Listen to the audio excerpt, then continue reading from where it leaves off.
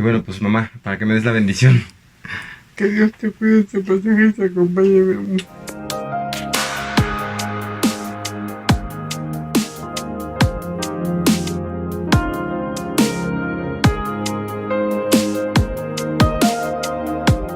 Pues emoción, nervios, vamos a ver qué nos depara este camino de 42 kilómetros. Ojalá que todo salga bien, nos preparamos, estamos emocionados y ojalá que todo sea muy bueno.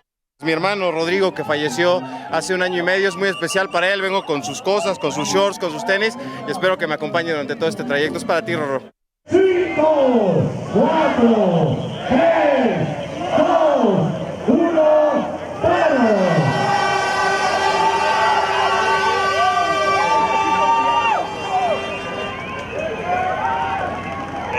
¡Échale, Pablo! Gracias.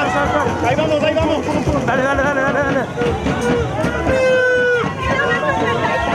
Lo mejor del maratón es la gente que se toma la molestia de levantarse temprano, de salir, de asolearse, de traer un refresco, una gomita, dulces, te echan porras. La verdad es que, pues si nadie se los dice, gracias de verdad, porque su apoyo es especial.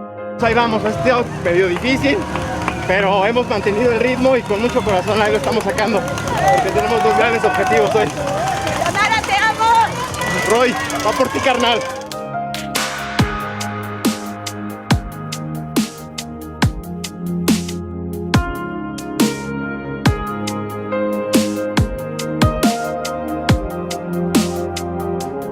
Carnal, este medio maratón fue por ti, te lo dedico con todo mi corazón. Lamento que no estés aquí con nosotros, pero yo sé que no me soltaste y que la fuerza que me hizo falta para poder llegar a esta distancia tan larga fue tuya, porque estuviste conmigo. Te amo, carnal.